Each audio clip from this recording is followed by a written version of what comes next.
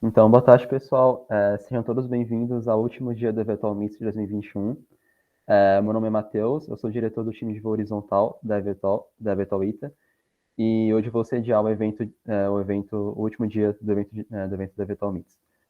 O Eventual Meets é um evento organizado pela Liga Universitária Eventual ITA, que estuda e implementa projetos envolvendo aeronaves, eVTOL e drones.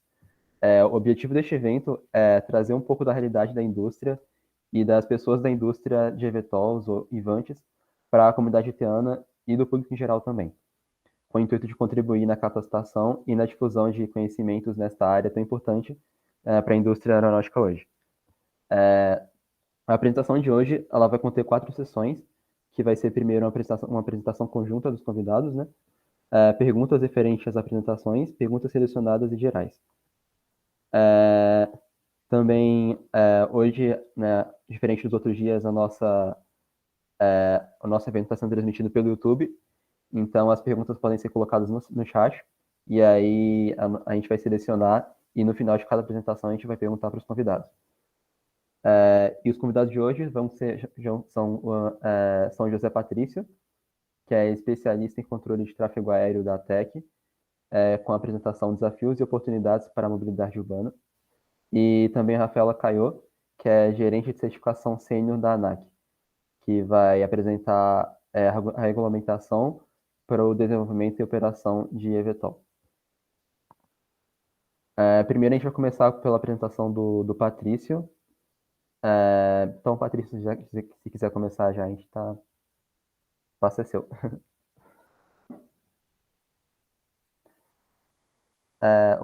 Só desmutar o microfone, por favor, que a gente não está Ok, boa tarde, Matheus. Boa tarde, Boa tarde. senhores. É um prazer estar aqui com vocês, aqui compartilhando, trazer uma visão geral aí dos desafios e oportunidades para a mobilidade aérea urbana. Deixa eu compartilhar aqui minha apresentação.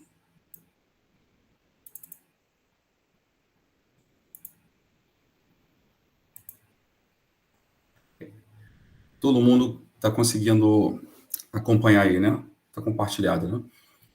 Ok, a ideia aqui é trazer uma visão geral, né, da mobilidade aérea urbana, antes de falar propriamente dito dos desafios e das oportunidades. Eu acho bem interessante, eu considero bem interessante trazer uma visão geral aí sobre o que é, da onde veio esse termo mobilidade aérea urbana, ou urban mobility, né, que surgiu há um bom tempo atrás, e depois a gente fala um pouquinho sobre os desafios dessa mobilidade e um pouco das oportunidades que têm surgido, né, e vão continuar surgindo aí dentro desse novo ecossistema. Visão geral do AM. Esses números aí, inicialmente, nos assustam, né? Na verdade, a gente pode estar perguntando, o que significa 267 milhões ano? Esse valor é o valor gasto, é o custo gerado por engarrafamentos nas grandes cidades, como Rio, São Paulo, e não diferente daqui do Rio, São Paulo, grandes capitais aí ao redor do mundo enfrentam o mesmo problema, ou seja, além do tempo que você gasta para se locomover, para fazer o commuting, para você casa, trabalho, casa, também tem um custo, né, relacionado a essa mobilidade. Então, há o desperdício de tempo que poderia estar investindo em uma coisa mais produtiva ou aproveitando junto à família, e você também tem essa questão aí de quanto o governo, do quanto o país gasta em função desses engarrafamentos, né, que são constantes, Rio, São Paulo. Aí essas imagens eu peguei do Rio, São Paulo, né? Eu morei no Rio durante um bom tempo, então não é muito diferente do que São Paulo, mas aqui é um dado aí de mais recente, e a gente pode ver aí que essa reportagem fala dos prejuízos gerados aí em função do trânsito, né? Que era 111 milhões, e os dados aí, e o custo anual da mobilidade passa dos 400 bilhões. Aquela primeira figura falava em 267 bilhões, e lá para 2019 isso já chegava a 400 bilhões. Esses dados aí são 2019.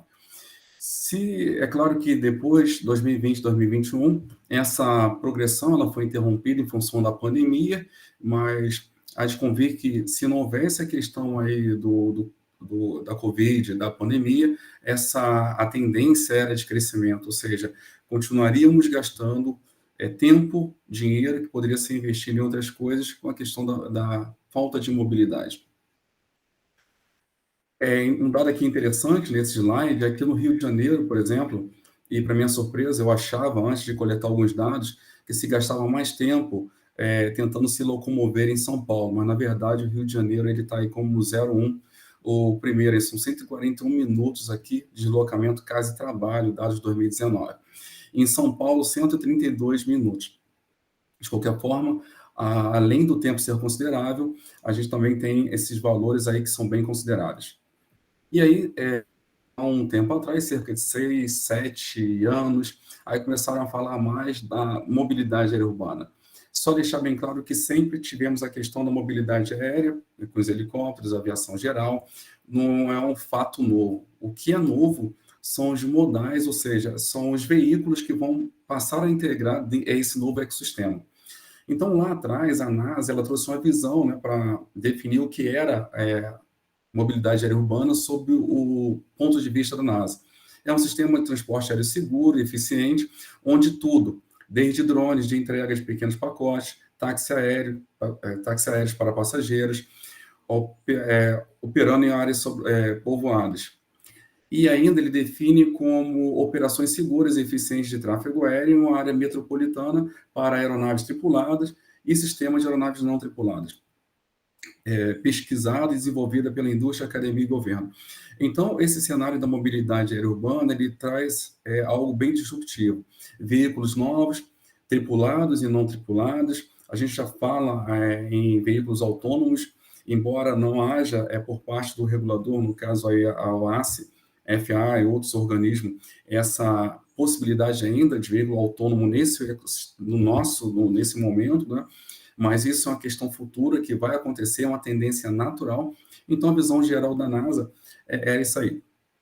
Aí aqui, como os senhores podem ver, trouxe em figuras aquilo que a NASA traz por definição. Aí vocês podem observar um operador aí de uma aeronave remotamente pilotada, bem no canto inferior esquerdo, e a gente está vivendo um período agora bem vamos dizer assim, bem promissor, né? Porque as aplicações relacionadas ao uso de, vamos chamar, drones mais pilotados, né? O termo técnico UAS, ou Small, e essas aeronaves ganharam mais força agora durante a pandemia, em função de várias aplicações, e agora a questão também de delivery, né? A possibilidade de você transportar cargas e entregas, alguns testes estão sendo feitos no Brasil, em algumas partes do mundo. Há já uma normatização aí, na Austrália, por exemplo, já tem esse tipo de operação regulamentada pelo regulador lá e também completamente acertado. E todos os provedores caminham para isso, né? Essa questão do delivery, das aeronaves sendo utilizadas para reconhecimento aéreo, para fins civis e militares, não só militares, mas civis principalmente. Essa gama tem crescido muito, a questão de análise aí de terreno, reconhecimento. Outra coisa bem interessante, que essa operação com drones, há um tempo atrás, a gente não poderia nem ouvir falar um drone próximo do aeroporto, não. Hoje, drones são utilizados em algumas atividades específicas no ambiente aeroportuário. A ICAO já trabalha com a inclusão de forma segura, de forma bem estruturada, com um framework bem acertado, para que algumas operações que eram feitas por aeronaves, tipo voo de laboratório, inspeção, hoje é possível você checar um ILS ou fazer um monitoramento de pista no aeroporto utilizando drones. Então, a gama variada de aplicações. Aqui apenas um pequeno vídeo, né, como a NASA começou a veicular isso lá em 2017, 2018, um evento lá do Grande Industry Day, que é um dia que a indústria começou a falar mais da questão da mobilidade aérea urbana. Esse evento foi lá em Seattle, 2018.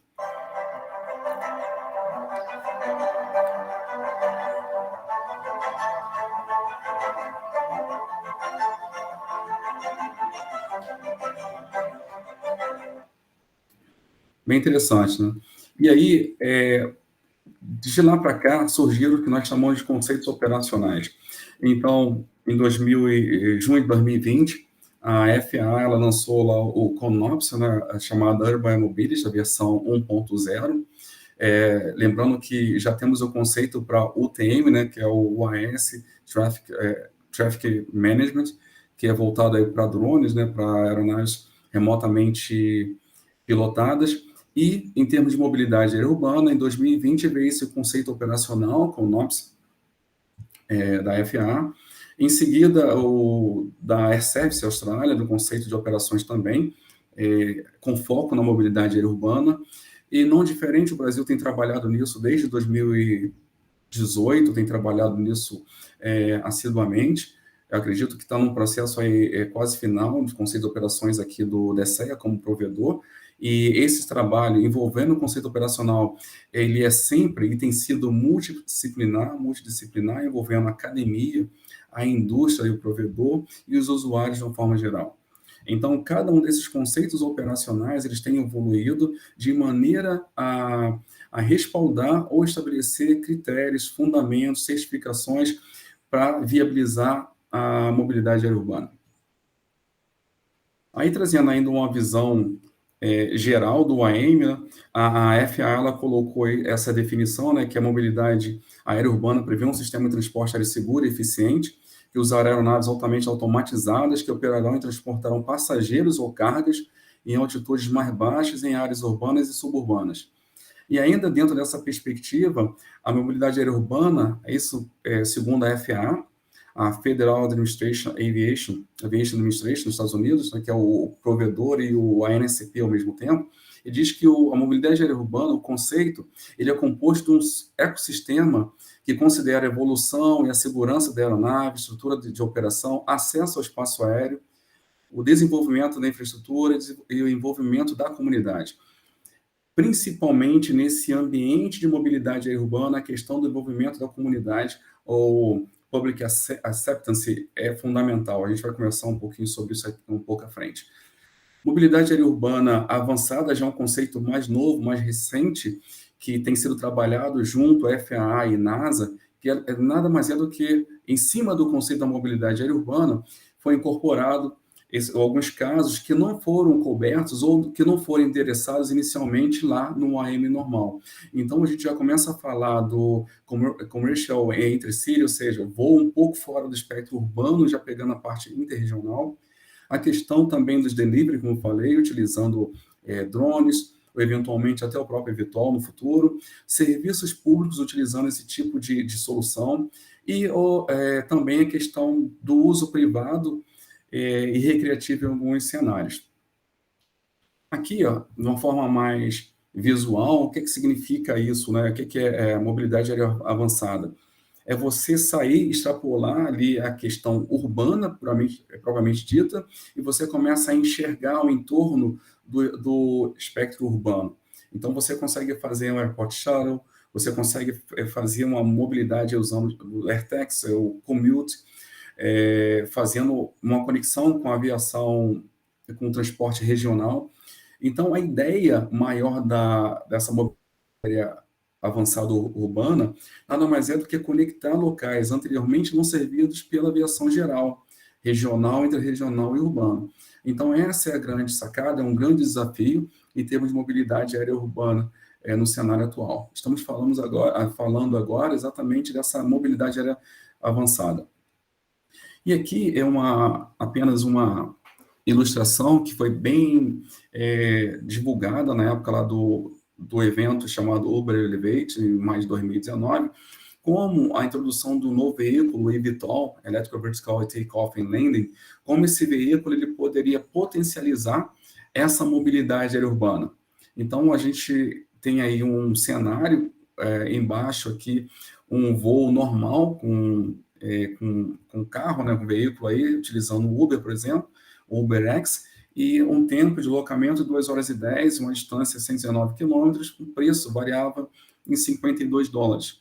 E já com o conceito do eVTOL viabilizando esse mesmo trecho, esse tempo poderia ser significativamente reduzido, a distância esse preço aí, no início, seria um pouco bem superior ao do carro, né, no caso aqui terrestre, mas a longo prazo, a ideia com a escalabilidade é que isso ficasse cada vez mais acessível. Então, se ganharia em tempo de deslocamento e também de custo para você utilizar esse tipo de modal. Okay? Falando um pouco de desafios, quando começamos a trabalhar como indústria na questão dos desafios da mobilidade aérea urbana, a gente começou a esbarrar com algumas situações que ocorrem no Brasil, nos Estados Unidos, na Europa. É claro que com algumas pequenas diferenças, mas de uma forma geral, nós temos alguns desafios que são bem comuns. Então, um deles é a complexidade do espaço aéreo, porque o cenário urbano, geralmente, ele está bem posicionado, está ali tangenciando ou situado de forma adjacente a um espaço aéreo congestionado, a um grande aeroporto, a um espaço aéreo condicionado ou restrito, o que for.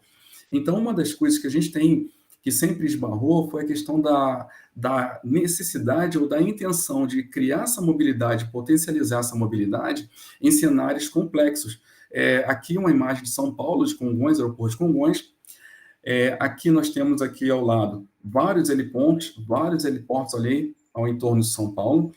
E olhando aqui, essa é uma imagem do que nós chamamos de controle helicópteros. Aí é a porção mais densamente utilizada em termos de aviação de asa rotativa do Brasil, um dos maiores do mundo. É o único lugar que você vai encontrar um controle para helicópteros, ou seja, uma porção dedicada, um controle efetivo para gerenciar esses voos de helicópteros. E tem algumas restrições, porque em função da aproximação de Congonhas, você não pode sempre autorizar, sem ter certeza que aquilo não vai incorrer num conflito com a aeronave em aproximação para Congonhas. Então, ó, aqui só para terem uma ideia, são 130 helipontos aí localizados nessa porção, nessas quadrículas aqui, entre a segunda e a terceira quadrícula. Então, o movimento é muito grande. E vocês podem ver que no alinhamento da pista 17 de Congonhas, nós temos essa concentração aqui de vários helipontos e aeronaves que querem operar da Paulista para Berrini, do Santander para outro ponto. Então, realmente, essa questão da proximidade aeroportuária é um desafio, não só aqui no Brasil e também em outras partes do mundo. Volume de operações elevado. Outra coisa que se pretende nesse ambiente da mobilidade aérea urbana não é eu ter somente um eVTOL, mas são, no futuro, milhares de eVTOLs evoluindo para atender essa demanda crescente que vai acontecer naturalmente ao longo dos anos. Outra coisa, voo em baixas altitudes. Aqui uma visão aqui de São Paulo também, quando a gente começa a aproximar mais do cenário urbano, a gente começa a encontrar alguns complicadores. Ou seja, as aeronaves e o sistema que vai prover o serviço para essas aeronaves, eles deverão ser capazes de mensurar se há algum risco ou não para o voo efetivo dessas aeronaves em baixas altitudes. Isso não é só para o eVTOL, a mesma coisa para o drone, a mesma coisa lá para o unmanned, que ele também vai voar em áreas bem baixas. Tem a questão no cenário urbano, a gente não vê muita questão da topografia natural, mas vê essa questão das construções, trazendo um complicador em termos de segurança e também de dificuldade, inclusive, para você irradiar alguns sinais, ou viabilizar sensores nessas áreas. Aí a gente pode ver que temos uma grua, por exemplo. Imagine se a aeronave ou o sistema não tenha condições de identificar que esse obstáculo pode causar um problema no corredor para o eVTOL, por exemplo. Associado a isso, nós temos vários espectros aqui no cenário urbano, várias gamas de frequências, e a gente começa a falar e utilizar um termo chamado CNS urbano, que nada mais é do que Communication, Navigation, Surveillance, que é para o cenário urbano. Nós temos toda essa estrutura hoje para o nosso chamado ATM, que é o Air Traffic Management, que é toda essa estrutura que nós temos aí de espaço aéreo, de torres de controle de aproximação, nós temos os radares, o ADS, data link, tudo voltado para o ATM. E aí, quando a gente começa a olhar no cenário urbano, a gente começa a encontrar esse desafio. Como eu vou prover dados para uma comunicação efetiva, uma navegação segura, efetiva, com os requisitos de navegação que devem ser considerados pelos provedores e pelos usuários, e também questão de vigilância. Como eu vou observar uma aeronave evoluindo em baixa altitude, por trás de um edifício, o que for. Então, realmente é um desafio muito grande. Aqui é um ensaio que nós começamos a projetar em termos de como eu vou conectar um corredor no cenário urbano. Aí a gente começa já a introduzir uma ideia aqui, que está dentro da mobilidade urbana, chamada Vertiport, né, que é o local que a indústria e os usuários, os provedores, imaginam que essas estruturas vão suportar essas operações para pouso e decolagem do eVTOL.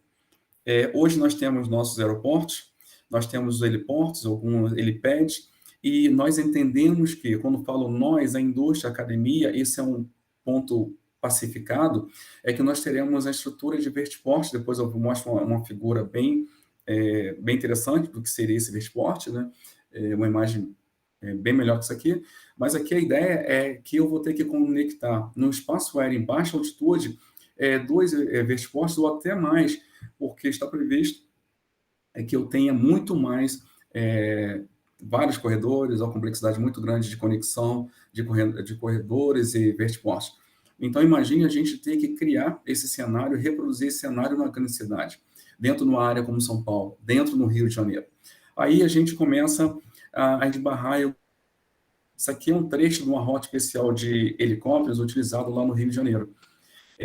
Além da questão da elevação do terreno do Rio de Janeiro, que é uma área muito acidentada, eu trabalhei durante muitos anos lá.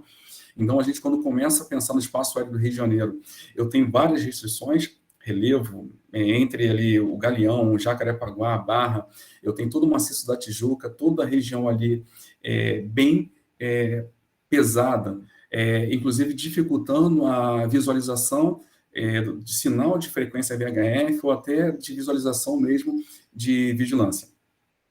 E aqui, só para mostrar esse gráfico, ele mostra a dificuldade que se tem ali para você, entre um waypoint e outro, você, de repente, para uma aeronave que vai se comportar como asa rotativa, como perfil de VTOL e eVTOL, a gente vai ter que desenhar um espaço aéreo que realmente potencialize a aeronavegabilidade da aeronave ou toda a aviônica da aeronave, para que ela não fique penalizada.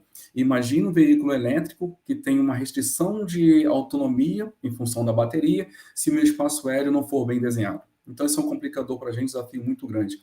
E aqui, como eu antecipei, olhando o espaço aéreo do Rio de Janeiro, é esse cenário praticamente que nós temos lá, várias rotas de aviões, rotas dedicadas a helicópteros, rotas para operação offshore.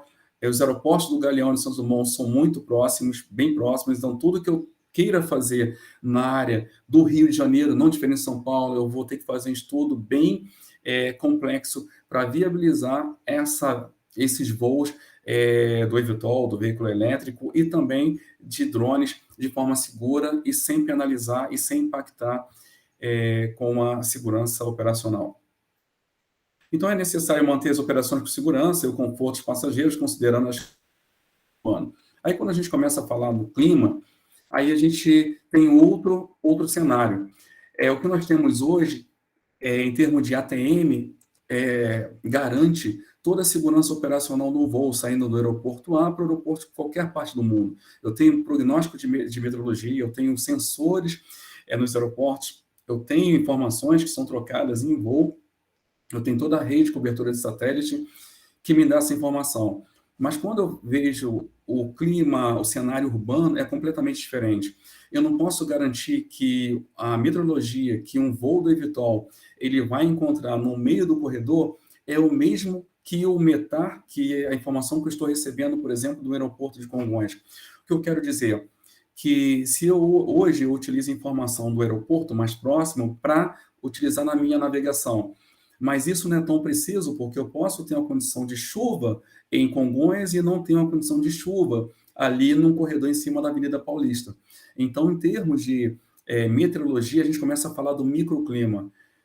São sensores específicos e uma tecnologia que vai respaldar o voo seguro, não só nos diversos postos, mas principalmente em rota em baixa altitude. Então, eu vou ter que ter uma rede de sensores, modelagem de microclima. O que é isso? Eu tenho no cenário urbano as chamadas ilhas de calor. E isso é uma preocupação para a indústria, né, para o veículo, para o desenvolvimento do veículo, que são as turbulências que não são orográficas, que não em função de relevo, mas em função de essa questão do mapa de calor, que nos grandes centros urbanos é bem considerável. Outra coisa também, o vórtice gerado a partir dos topos dos edifícios. Aqui em São Paulo, os pilotos de helicópteros já enfrentam esse tipo de dificuldade. E nesse cenário urbano, com a escalabilidade, é um fator que qualquer sistema vai ter que gerenciar e levar em... Outra coisa, ventos. Os ventos predominantes, as rajadas de ventos, e tudo relacionado à meteorologia em baixa altitude no cenário urbano. É muito mais complicado do que nós temos hoje. Então, além de ser capaz de coletar essas informações, eu tenho que praticamente processá-las em tempo real e garantir que essa informação, naquele ponto, vai atender aquele voo de forma segura. E também a questão do consumo de dados colaborativos. Hoje eu já tenho essa possibilidade de receber informações da aeronave em voo, só que aqui eu vou ter que receber em baixa altitude. E eu tenho que garantir que essa informação que está chegando para mim, ela é segura, se a fonte ela é confiável. E se eu tenho condições de tratá-la com os formatos e protocolos estabelecidos por qualquer um sistema. Aí, enfim, aí depois que a gente percorre isso tudo, o voo praticamente é maravilhoso, e quem está voando, de repente, não tem a mínima noção do que está acontecendo. Mas nem sempre o voo acontece nesse cenário tão promissor aí, tão maravilhoso como está acontecendo aí com o visual do Rio de Janeiro. Saiu um paper há pouco tempo, exatamente aí agora em outubro, no início de outubro, que mapeou alguns países da Europa e várias cidades aí entre 2018 e 2020 para fazer uma análise da questão do weather, do tempo, e pensando na implementação da mobilidade aérea urbana. Então, esse estudo ele mostrou que, ao longo desses anos, eles pegaram dados, né, randomizados, e primeiro estabeleceram alguns critérios, né, que chamaram de voo nominal, aquele em que a meteorologia era sempre excelente ou seria a ideal ou boa para você atender um voo na maior parte do tempo e com a aeronave estabelecida por eles. É uma questão já de meteorologia moderada. O que é isso? É aquela condição que já começa a impactar de forma negativa a operação. É uma baixa visibilidade, de qualquer forma, ainda é possível realizar o voo.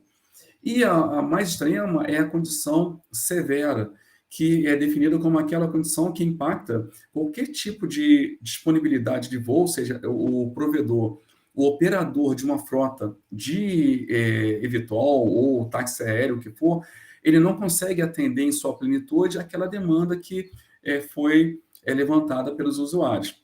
Então, lá naquela época, desde aquela época, esse resultado saiu agora em outubro, e a gente observa aqui que apenas Atenas e Roma, esses países na Europa, né? Claro que esse estudo ele deve também se estender aqui na América do Sul, América do Norte, Ásia, Pacífico, mas é bem interessante porque esse trabalho ele começa a respaldar a construção e idealizar como nossos transportes em algumas cidades eles devem ser pensados, o posicionamento dele em relação ao vento, a questão da metodologia predominante. Então, aqui, Londres, na maior parte do tempo, as operações vão ocorrer, eles fizeram esse mapeamento, ocorre em tempo um pouco desfavorável.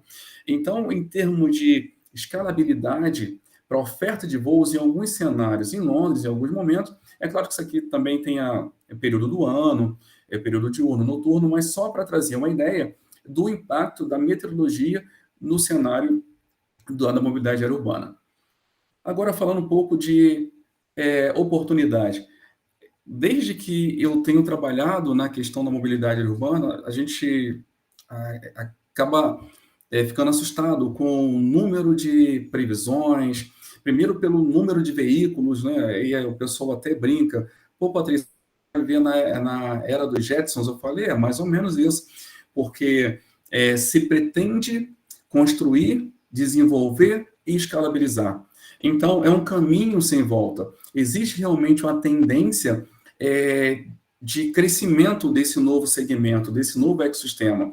E isso tem várias implicações, como nós vimos aqui. Nós temos vários desafios para a gente conseguir e fazer com que isso vai ser atingido de forma segura. Porque quando eu olho uma manchete como essa, o AS Civil, o mercado vai crescer 5 bilhões de dólares em 2020, 18,4, é claro que isso aqui foi bem no início ainda, a pandemia ela modificou muito os cenários de projeções, de predições, mas é uma tendência realmente de crescimento.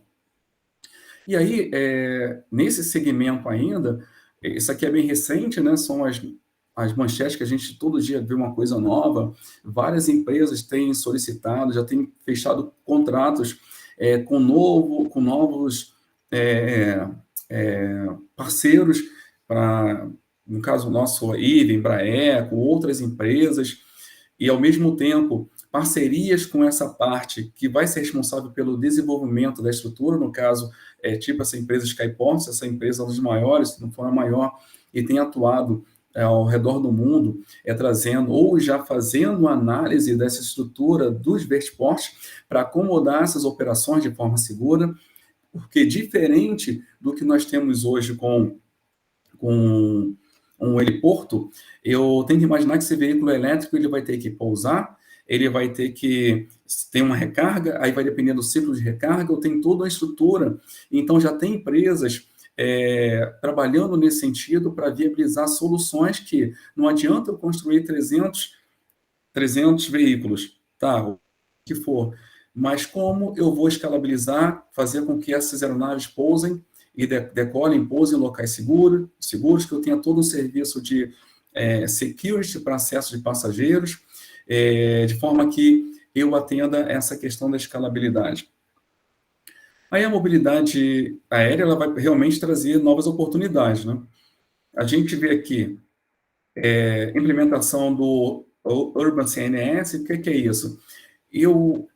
A gente já começa a falar do Supplemental Data Providers, que seria os provedores de dados suplementares, são indústrias ou parceiros que vão trabalhar na provisão de dados específicos para esse ambiente novo.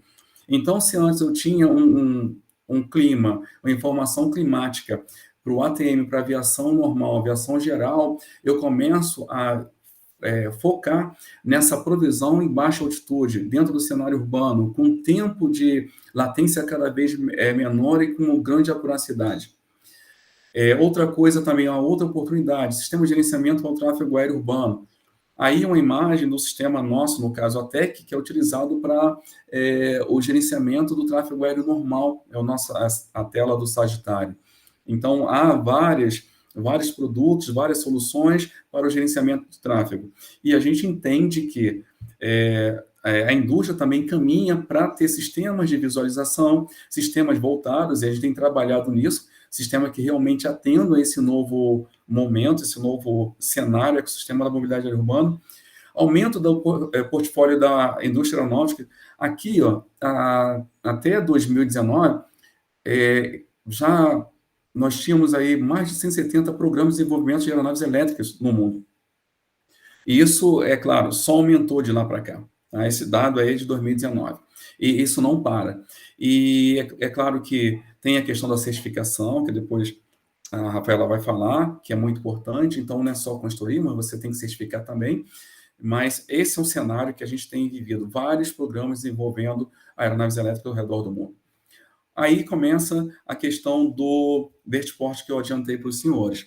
Vertiport nada mais é do que uma estrutura capaz de suportar essas operações de forma escalabilizada. No início, teremos poucas operações, mas no ambiente, bem lá no futuro, esse vertiport aí talvez não atenda, porque aí eu tenho poucas posições e a ideia é que eu tenha no cenário urbano vários vertiports que atendam essa conectividade entre os locais de demanda elevada. Aqui é mais uma visão, então eu começo a ter a possibilidade de investir na estrutura urbana, ou seja, conectar com modais. Então, aqui eu tenho integração de um carro aí, um serviço por aplicativo, deixando o usuário até um ponto desse, num vertiport, e continuaria a trajetória dele até a sua casa. E é claro que a ideia é que se construa o vertiport nessas regiões e agregue valor para a população e também que faça a conexão com os modais existentes. Então, se você tem um terminal rodoviário, ou o que for, um aeroporto, a ideia é que você consiga aproximar o máximo possível esses locais para que você viabilize e continue essa questão da escalabilidade também na integração de modais. Aqui uma outra possibilidade, uma grande oportunidade, na verdade, é que nesse ambiente novo da mobilidade aérea urbana, as primeiras arquiteturas idealizadas para a provisão, ela diz que eu posso ter vários provedores, ou seja, vários providers para você atender a esses voos, a esse cenário que a gente vai enfrentar. O que significa? Imagine que eu tenha aqui a região de São Paulo, São José dos Campos, ou Rio de Janeiro, e que dependendo do cenário eu tenha mais de um provedor, ou seja, mais de uma entidade que tenha condição de prestar um serviço de forma integrada com os demais, que nós chamamos de forma interoperável, né? Entre espaço aéreo e também entre sistemas. Então, isso é uma grande oportunidade para a indústria também, para quem quiser se candidatar a prover serviços, claro, desde que atenda os requisitos estabelecidos pela indústria e principalmente pelo provedor. É o provedor que define essa estrutura aqui. Então, aqui ele disse que ele não tem problema de várias entidades atuarem para atender determinada porção do espaço aéreo, ok? E todo mundo pergunta, como que a gente vai escalabilizar isso, como vai ser feito isso? Aí a NASA começou a trabalhar lá no conceito, no CONOPS dele, que é o ML4, lá nesse conceito operacional, trabalha com vamos dizer assim, duas linhas, né? Essa linha aí vertical, que fala de áreas primárias, ou seja, para chegar nesse chamado UAM Maturity Level, ou seja, o nível de maturidade da mobilidade urbana, por onde eu tenho que começar? Qual é o caminho? Então, aí você tem as chamadas áreas primárias. Então, para você evoluir ao longo do ML, no próximo slide eu vou mostrar para vocês essa projeção. Você começa pela aeronave, você tem que olhar para o espaço aéreo, você tem que, principalmente, olhar para a comunidade também. A questão da mobilidade aérea envolve, principalmente, a aceitação do público, ou seja, a questão do ruído, a questão da segurança, como a comunidade vê isso, se agrega valor para ele ou simplesmente vai ser só um veículo voando na cabeça de todo mundo e que não traga nenhum benefício para a sociedade de uma forma geral. Então, para pensar no nível mais maduro de mobilidade aérea urbana, a NASA ela começou a trabalhar dessa forma, com as áreas primárias, aeronave, espaço aéreo e comunidade, e também cada nível de maturidade lá no ML, ele é baseado na densidade operacional, ou seja, quantas aeronaves eu imagino que vai operar em determinada área. Da complexidade, quando falo de complexidade, pode parecer algo aberto, mas, por exemplo, complexo é o cenário urbano. Eu tenho aeroporto do lado, como eu mostrei para os senhores. Então, o cenário urbano ele é muito complexo. A baixa altitude traz uma complexidade. E a dependência da automação. Como a gente consegue escalabilizar isso já pensando na automação? Baseado nisso, a NASA criou esses UMLs e nesse CONOPS, lá o ML4, que é o que se baseou esse CONOPS, né? O foco seria mais o ML4, ele fala que se prevê uma densidade média e complexidade também dentro do ambiente colaborativo com sistemas automatizados. Alguns sistemas, não todos os sistemas automatizados. Tá? Então, só para trazer essa visão de uma forma geral, e é o que a NASA chama de Framework and Barriers, né? Quais seriam as barreiras relacionadas a cada estágio desse. Então, nós vemos aqui o ML1, o início lá, o Initial State, até o Mature State aqui, que seria o ML6, o pessoal costuma falar que é o cenário dos Jetsons, né? Porque aí é o chamado onipresente, ubiquitous UAM Operations. Significa que isso vai fazer parte do nosso cotidiano. Ou seja, é um drone transportando uma encomenda, o eVTOL passando mais seguro, sempre de forma bem coordenada, segura. Então, esse é o ambiente lá para o futuro, do ML6. E aí a NASA também colocou alguns, que ele chama de 5 pilares. Quais são os pilares? Primeiro é Space System Design, é o primeiro, ou seja, é a questão do espaço aéreo, o desenho do espaço aéreo, as regras, o CNSI, ou seja, Communication, Navigation, Surveillance and Information, principalmente nesse ambiente, o Exchange Information ele vai ser fundamental. O outro pilar que é considerado é Aircraft Development and Production, ou seja, o desenvolvimento da aeronave, propriamente dito. Aí está relacionado à questão da integração do veículo, o desenho, a certificação, a questão do ruído relacionado àquele voo. Outro pilar também levantado nesse CONOPS é a questão do Airspace and Fleet Operator Management, que nada mais é do que a escalabilidade das operações, a eficiência do espaço aéreo para suportar várias operações, a questão do weather, do cenário urbano também. O outro pilar é a questão da aceitação, né, da Community Integration, aquilo que eu falei no slide anterior, a aceitação do público, como essas estruturas serão introduzidas dentro do cenário urbano, sem penalizar e sem causar nenhum dano, seja ao meio ambiente, a questão mesmo de segurança àquela população local. E aí entra também a questão de regulamentação, também legalidade, uma série de coisas. E, por fim, eu acho que eu falei todos no caso da Individual Aircraft Managed Operation, que é a questão do você viabilizar o voo, aprovar a operação, e também tem um suporte operacional para esses voos no ambiente urbano. Aqui, ó, a gente já está fechando, é o que a NASA também conclui que nós teremos no futuro, nesse UML4, um chamado Operation Environment, UAM Operations Environment, que é o ambiente operacional, ou seja, aqui, ó, nessa porção amarela é o chamado OAM, que ele pode ser estático, mas a ideia é que ele seja completamente dinâmico, a setorização dinâmica é exatamente para potencializar ou conseguir ou viabilizar o maior número de operações UAM, sem impactar ao lado, por exemplo, o aeroporto. Como a gente pode ver aqui, existe uma aproximação aqui para dentro do aeroporto, aqui do lado desse OAM. E aqui dentro vai ter um provedor, uma entidade que vai prover esse serviço dentro do que nós chamamos de nominal, sem impactar a operação do aeroporto. Então, isso é bem interessante, porque isso aumenta, isso exige também a nossa interoperabilidade de sistemas, a continuidade, e eu garanto que o passageiro que saiu lá de um ponto qualquer, ele vai, de repente, conseguir chegar no aeroporto de destino, que ele queira, de repente, fazer um shuttle, uma conexão, alguma coisa desse tipo. E o mundo inteiro tem trabalhado nisso, né? Segundo a NASA, esse ambiente operacional ele vai variar de país para país, cenário para cenário, depende do provedor, depende do espaço aéreo, depende do nível de CNS da estrutura instalada hoje, né, nesses locais.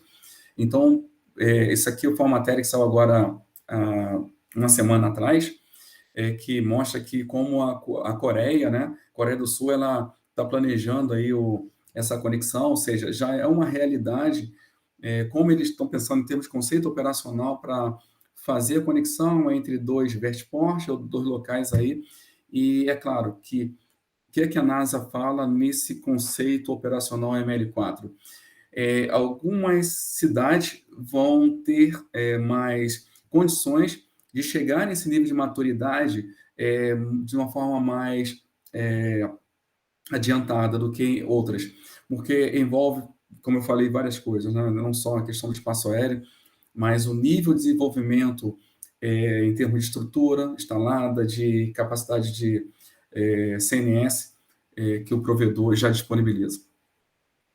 E aí, finalizando, isso aqui é o paper que a Embraer lançou em 2030, né, que foi a visão da Embraer, como esse tráfego aéreo ele poderia ser gerenciado no espectro urbano, e lá esse paper foi lançado em 2030, é bem interessante, bem bacana, e mostra qual é a visão para gerenciar o tráfego no espaço aéreo urbano, considerando tudo isso que nós falamos até agora, todas essas barreiras, essas oportunidades. A ideia é eu gerenciar o tráfego aéreo urbano sem aumentar a carga de trabalho do controle de tráfego aéreo atual, do ATM, e principalmente sem reduzir o chamado safety level, ou seja, eu opero no ambiente urbano ao lado do aeroporto, mas eu não impacto a operação desse aeroporto. Então, como eu faço isso? Criando um sistema que, no caso, a EVA Embraer definiu como o ATM, Urban Air Traffic Management, que nada mais é do que o gerenciamento do tráfego aéreo urbano. E lá nesse paper, a gente definiu quais seriam os serviços fundamentais e os operational services que a gente poderia ter para atender a esse cenário urbano. Então, alguns serviços foram definidos, como Airspace and Procedure Design, Information Exchange, esses dois são os chamados foundationals. Os demais, eles são os operacionais, né, o espaço aéreo dinâmico, o gerenciamento do flow, e eu chamo a atenção aqui que o flow management, ele tem sido considerado um key point, um key service, um key system para suportar a escalabilidade. Porque, em função da restrição de autonomia do veículo, eu tenho que garantir que quando essa aeronave sai do vertiporte A para o B, eu não vou ter problema na rota, ou seja, com espera. Hoje, num voo de helicóptero, outro voo, se você precisar, o órgão de controle solicita uma espera, um holding, a aeronave já tem pontos definidos ou podem realizar em pontos a critério do controle.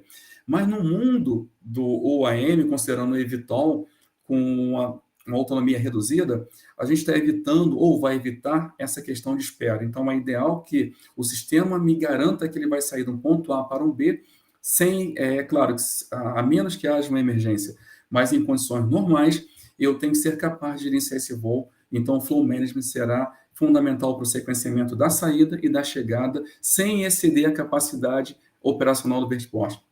O Flight Authorization, que é um serviço também para você autorizar o voo, é como se você fosse o sistema capaz de receber planos de voo e, na verdade, receber intentions, intenção de voo, e transformar num plano de voo, e o Conformance Monitoring, que nada mais é do que você ter a capacidade de gerenciar esses voos, mesmo no cenário urbano em baixa altitude. Aí aqui, para finalizar, eu acho que a maioria já assistiu esse vídeo, né? Mas é sempre bom passar.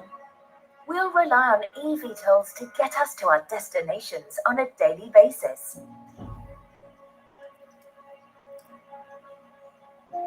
Commercial aviation.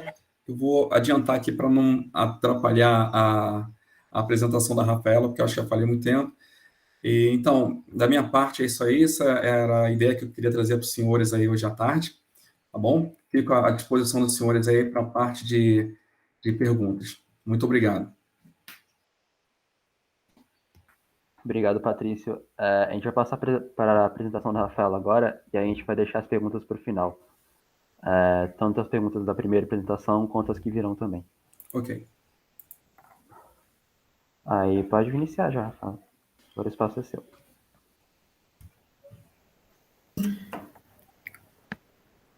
Deixa eu compartilhar minha tela.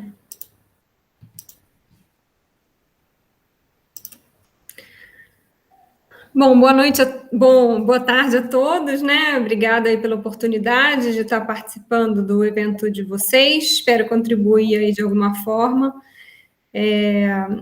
com o conhecimento aí da parte de certificação. Então, foi ótima aí a apresentação do nosso colega, porque ele trouxe uma visão geral, assim, da operação e bem aprofundada, e eu acho que vai servir de base para complementar, né, o que eu vou falar.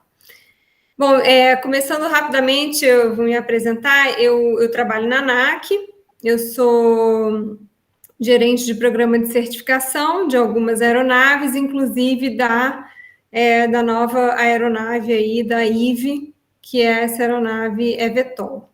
Então, a gente está começando, quer dizer, a gente já está trabalhando com eles há um tempo, mas eles ainda não fizeram efetivamente o application, né, o requerimento da certificação, mas a gente vem acompanhando aí todo esse desenvolvimento desde 2018, se não me engano.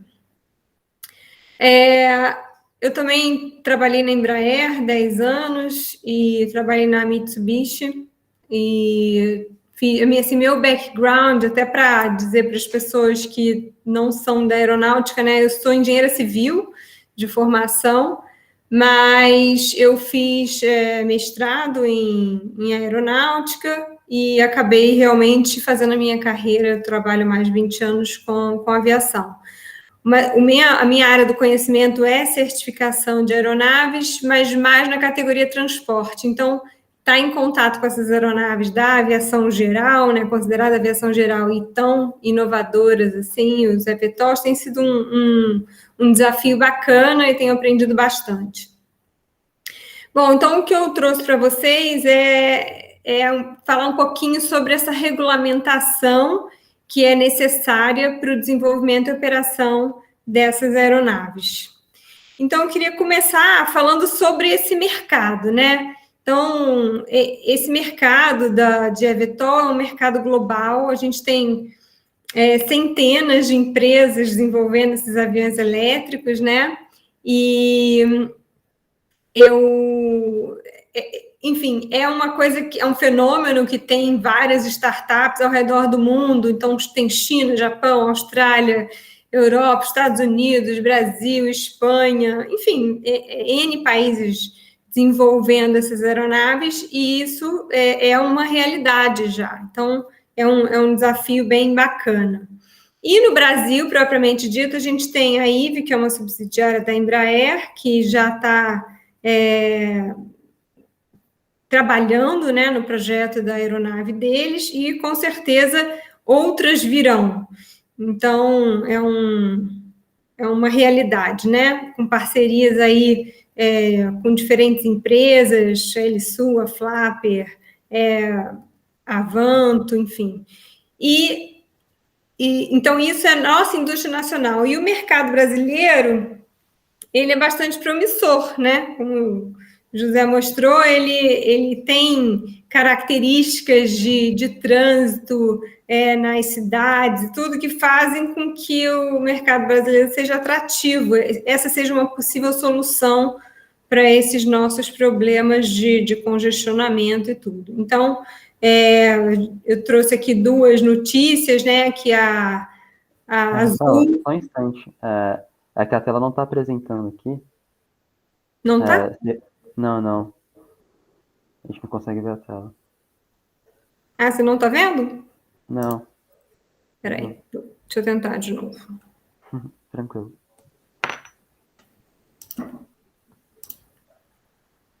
Ah, que bom que você avisou. Mas não foi possível compartilhar, espera aí. Uma tela.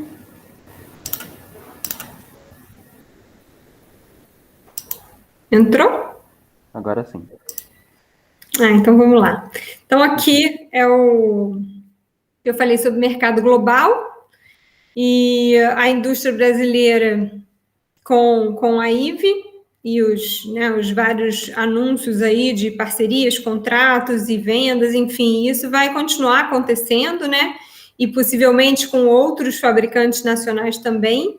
E o Brasil como mercado promissor também para essas aeronaves que estão sendo desenvolvidas no mundo todo.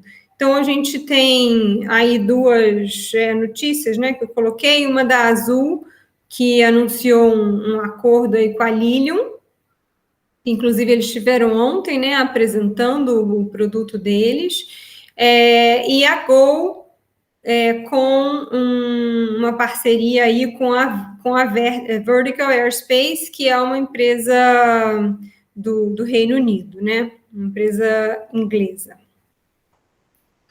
E então, vendo isso tudo, quais são esses desafios dessa operação dessas aeronaves eVTOL?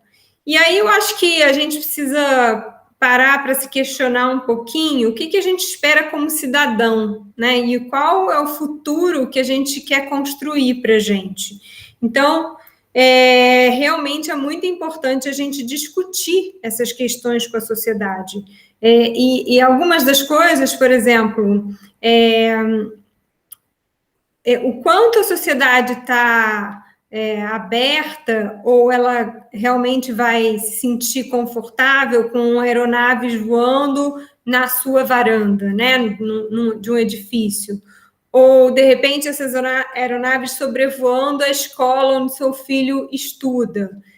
Então, tem várias questões mesmo que precisam ser discutidas, e com a sociedade em geral e com os órgãos governamentais e privados também de cada cidade mesmo, não só a nível do país, mas também de cada cidade.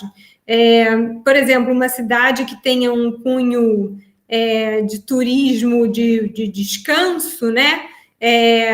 Quanto que ela vai admitir um tráfego aéreo intenso em cima daquela cidade onde as pessoas vão para relaxar e conseguir se desligar, né, da vida cotidiana e tudo. Então, são coisas para a gente discutir e envolver todas as esferas da sociedade. Então, acho que já foi bastante explorada, né, essa questão da operação, e no que diz respeito à regulamentação, a gente precisa entender profundamente essa operação para que a gente possa fazer regulamentos que façam sentido, tanto para os operadores aéreos, que a gente vê uma mudança no perfil, quer dizer, na aviação geral, na aviação tradicional, vamos chamar assim, a gente tem as empresas que desenvolvem e fabricam as aeronaves e outras empresas que vão ser os operadores aéreos, né, que vão fazer o gerenciamento da frota, vender os assentos para os passageiros, enfim, são empresas diferentes. Agora, nesse novo mercado, a gente vê alguns fabricantes também se propondo a serem operadores aéreos, né? Então, isso tudo vai mudar bastante e a gente precisa entender como é que isso vai funcionar. Um pouco também a gente fala de tripulação, né? Hoje a ANAC regulamenta a licença de piloto e tudo. E aí você tem várias questões, quer dizer, o que vai ser exigido para um piloto de eVTOL? Vai ter piloto a bordo? Vai ter piloto no solo? Vai ser totalmente automatizado? Então, são as diferentes fases do desenvolvimento que a gente vai precisar passar e discutir. As questões das aerovias, que já foi bem explorado, né? E essas questões também, não só do tráfego aéreo, da aeronave com ela mesma e interferindo em aeroportos, em heliportos e tudo, mas também interferindo nos hospitais, nas escolas, nas áreas de lazer, quer dizer, isso tudo tem que ser discutido. A gente também tem a questão de infraestrutura, então hoje a ANAC também regula a parte dos aeroportos, né, e toda a infraestrutura de solo. Então, como é que vão ser esses vertiportos, o que você vai precisar ter de suporte de solo para suportar o carregamento dessas baterias ou a troca de baterias, enfim, toda a infraestrutura que você precisa para fazer a operação acontecer, e a parte de security, né, segregação das áreas e segurança dos passageiros e da aeronave propriamente dita, e as questões de manutenção da aeronave. Então, assim, o que eu queria trazer aqui é que realmente é um ambiente operacional totalmente novo, e para a gente regular e fazer regras para todas essas coisas, inclusive para o veículo, é necessário que a gente conheça mais dessa operação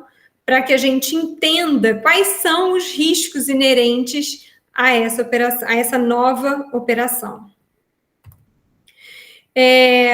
Aqui eu estou trazendo também essa experiência aí do CONOPS, que foi feito pela IVE, quer dizer, já foi feito nos Estados Unidos e na Inglaterra, e aqui no Brasil também, e trazendo essa importância, né, de que a gente precisa entender a operação para a gente criar regras de certificação que sejam adequadas.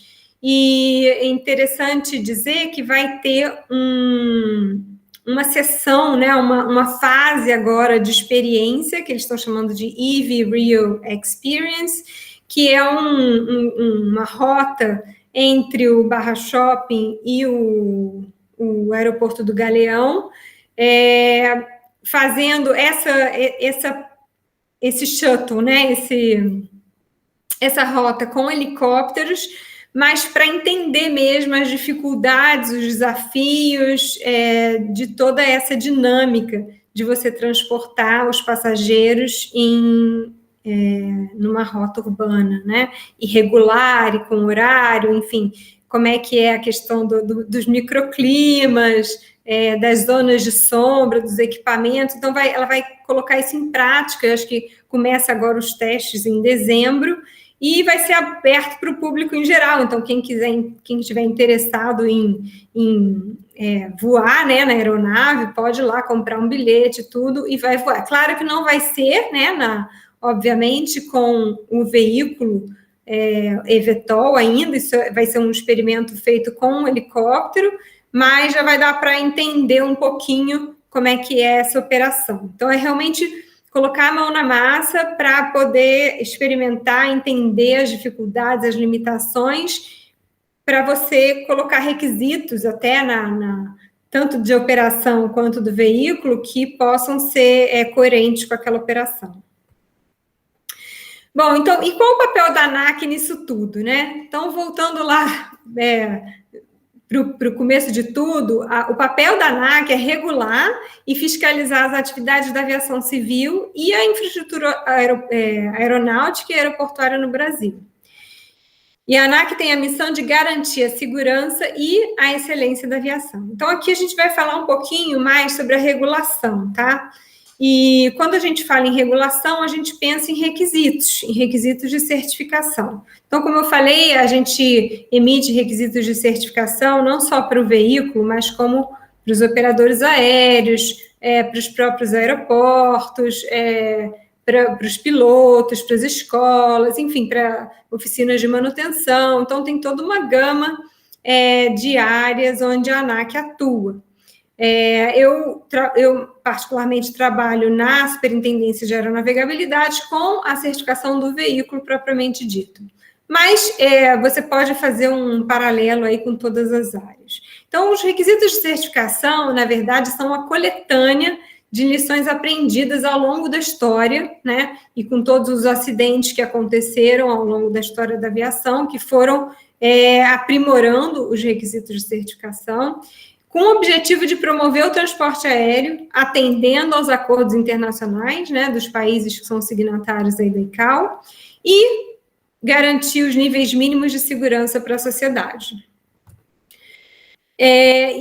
A gente vive esse grande paradigma, então, de como inovar num ambiente altamente regulado, né? Isso é um desafio para a indústria, conseguir achar esse espaço aí para inovar em meio a uma regulamentação pesada, porque a aviação realmente é um meio bastante regulado, mas a gente tem alguns instrumentos para tirar um pouco aí essas regras e deixar realmente a indústria propor coisas novas, inovar, e aí a agência vem correndo atrás, tentando entender os riscos e aí atuando naquelas áreas onde são necessárias uma regulamentação adicional. Então, assim, as premissas que a gente tem para definir os requisitos de certificação para um veículo completamente novo, né, como esse, a gente precisa realmente definir os requisitos mínimos de segurança. Então, a gente tem sempre isso em mente, que as agências reguladoras, elas atuam definindo os requisitos mínimos de segurança. Ela vai usar o arcabouço legal existente, quer dizer, todo o arcabouço legal, ele foi fruto de lições aprendidas, que elas não podem ser jogadas fora. Então, a gente tem um arcabouço legal existente que é importante, então a gente usa esse arcabouço legal, e a gente vai atuar identificando quais são as diferenças operacionais, entendendo os riscos, os novos riscos daquelas diferenças, para tratar as diferenças. Identificar quais são as inovações tecnológicas que estão sendo propostas e tentar, então, preencher as lacunas regulatórias, propondo regulamentos para preencher essas lacunas. Bom, hoje, na certificação de produto, né, dos requisitos de aeronavegabilidade, a gente tem 2 grandes grupos de requisitos de aeronaves. A gente tem a aeronave de asa fixa, que a gente tem o RIBAC 23 para a categoria normal e o RIBAC 25 para a categoria transporte, e a gente tem as aeronaves de asa rotativa, que são os helicópteros, com o RIBAC 27 para os helicópteros menores e o RIBAC 29 para os grandes helicópteros, que são categoria transporte. Então, aonde entram as aeronaves eVTOL? Elas entram aí tendo características, né? Ora, quando ela está ali no voo vertical, ela assume mais um padrão, uma característica de um helicóptero, e quando ela está em cruzeiro, muitas vezes ela pode assumir características também de uma aeronave de asa fixa. Então, ela está ali entre os 2 mundos e com uma série de coisas que são novas realmente, que são lacunas, né, porque não tem regulamento ainda, e ela vai trazer, então, esse desafio, e a gente vai ter que trabalhar para preencher essas lacunas regulatórias. Então, vamos falar um pouquinho sobre essas diferenças operacionais e sobre as inovações tecnológicas, né? Então, a gente tem esse ambiente operacional que já foi mostrado aí com bastante detalhe e riqueza, né, de detalhes, que é uma operação em áreas urbanas, onde você tem uma série de complicadores, os microclimas, você tem os relevos, as sombras, enfim, você tem N características. Você também tem um nível de voo de cruzeiro que é um nível baixo, né, abaixo de onde os aviões normalmente voam, e um número de aeronaves que é consideravelmente maior. Então, isso já impõe vários desafios, né? Então, um exemplo que eu queria trazer aqui, por exemplo, assim, quando a gente está operando uma aeronave num aeroporto, a gente tem ali uma série de instrumentos que foram feitos e preparados para proteger aquela área, né, para isolar aquela área. Então, por exemplo, uma questão muito simples, que é impacto de pássaro. Hoje a gente tem regulamentações nos aeroportos para evitar que você tenha ninho de pássaro, quer dizer, você tem controle da fauna na região aeroportuária. Por quê? Para minimizar o número de eventos, né, de um pássaro colidindo lá com uma aeronave. Já no ambiente urbano, você não tem como controlar o número de pássaros, né? Você vai ter que conviver com aquele número de pássaros. A gente não quer matar os pássaros, né? Então, a gente vai ter que conviver com isso. Então, e na regulamentação do veículo, você tem alguns regulamentos para que, uma vez que você tem um impacto de pássaro, o seu dano na aeronave seja minimizado. Então, você consegue atuar minimizando tanto a chance daquele evento ocorrer, né, porque você controla ali a fauna naquele ambiente, quanto se acontecer o evento, você vai minimizar a consequência, né? Então, você está atuando e baixando o risco dos dois lados. Com esses novos veículos, por exemplo, a gente não tem como controlar o número de pássaros, ou o tamanho dos pássaros, né? Você não tem como controlar a fauna fora, num ambiente urbano. Então, você vai ter que pensar como é que você vai proteger a aeronave, né? Já que você pode encontrar mais pássaros do que num ambiente protegido. Então, assim, isso é só um exemplo, mas tem N coisas que estão ali, que são provenientes de um novo ambiente operacional que precisam ser pensados, né?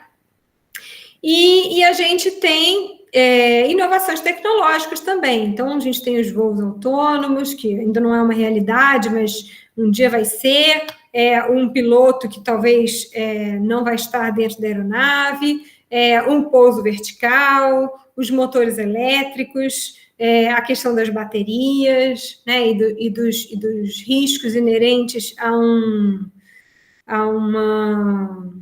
um evento de fogo numa bateria quando está voando, enfim, tem uma série de questões que a gente precisa realmente regular, e antes disso, na verdade, a gente precisa atingir um nível de maturidade, né, tecnológica, e isso é uma coisa que vai se retroalimentando, né, e a gente vai chegar lá e vai melhorar. Então, por exemplo, quando você olha para esses veículos, você vê N configurações diferentes. Então, hoje as análises de risco para aeronaves de asa fixa e de asa rotativa, elas estão muito bem consolidadas. Mas quando você olha essas aeronaves novas, você tem que pensar quais são os novos riscos que estão sendo introduzidos por aquele desenho. Então, isso também é muito importante. Quer dizer, esses rotores, múltiplos rotores, quer dizer, o que acontece se uma pá daquela escapa, né? Vai cortar a canela de alguém, vai cortar o pescoço de alguém, quer dizer, você precisa pensar quais são os modos de falha daquele equipamento e tudo, para você conseguir colocar requisitos para que ele não aconteça, né? Então, ou vai ser questão de manutenção, ou material, enfim, tem N formas de você abordar, né, as questões, mas são questões novas, então precisam ser discutidas, precisam ser levadas em consideração. Bom, então falando aí do arcabouço legal, né? A gente tem todo esse arcabouço legal, mas a gente já conta com mecanismos de flexibilização dessas regras, né? Que a gente já usa hoje para qualquer projeto. Então, para cada projeto, a gente tem, muitas vezes, necessidade de customizar aqueles requisitos, né? Então, critérios customizados para cada projeto são o que a gente chama de meios aceitáveis de cumprimento com os requisitos, onde você vai propor uma forma de cumprir com o requisito diferente daquela já consolidada pela indústria e aceita pelas autoridades. Você pode propor níveis equivalentes de segurança quando você não consegue efetivamente cumprir com o requisito literalmente, mas você consegue cumprir com a intenção do requisito, a intenção da regra. E aí você consegue demonstrar que você tem um nível equivalente de segurança ao que é estabelecido pelo requisito de certificação. Uma outra forma da gente criar esses critérios customizados são as condições especiais. Então, normalmente, elas são utilizadas para as inovações, quando você tem uma lacuna realmente no regulamento, porque aquilo não existia antes, e aí você vai criar uma condição especial para aquela característica. Então, por exemplo, a própria EASA criou uma condição especial para voo vertical, e ela criou, inclusive, para todo mundo, para vários projetos. Ela fez uma coisa como se fosse mesmo uma coisa que valha para todo mundo. Normalmente, a gente faz para cada projeto. E também tem as isenções, quando o requerente ele não consegue realmente demonstrar cumprimento com aquele requisito, mas ele apresenta argumentos que sejam suficientemente fortes e que atinjam um nível aceitável de segurança, e aí ele é concedida, então, uma isenção. Bom, aqui eu trouxe um fluxograma como uma estratégia para definição da base de certificação baseado nessas premissas que a gente viu. Então, primeiro, você vai identificar se aquela se a característica daquela aeronave, ela é mais parecida com uma aeronave de asa fixa ou com uma aeronave de asa rotativa. E aí, uma vez que você identificou, aí você vai passar pelo fluxograma. Não, ela é mais parecida com a asa fixa. Então, eu vou procurar lá no parte 23 se ele já endereça aquela preocupação. E se ele endereça, se a condição operacional é equivalente. E se for, eu uso a regra que já existe, né? Agora, se não for, aí eu vou ter que criar um critério customizado usando aquelas ferramentas que a gente acabou de ver. E isso vale tanto para o parte 23, né, no caso de asa fixa, parte 23 e parte 25, como de asa rotativa para o parte 27 e para o parte 29, se existir já algum regulamento abordando aquela questão.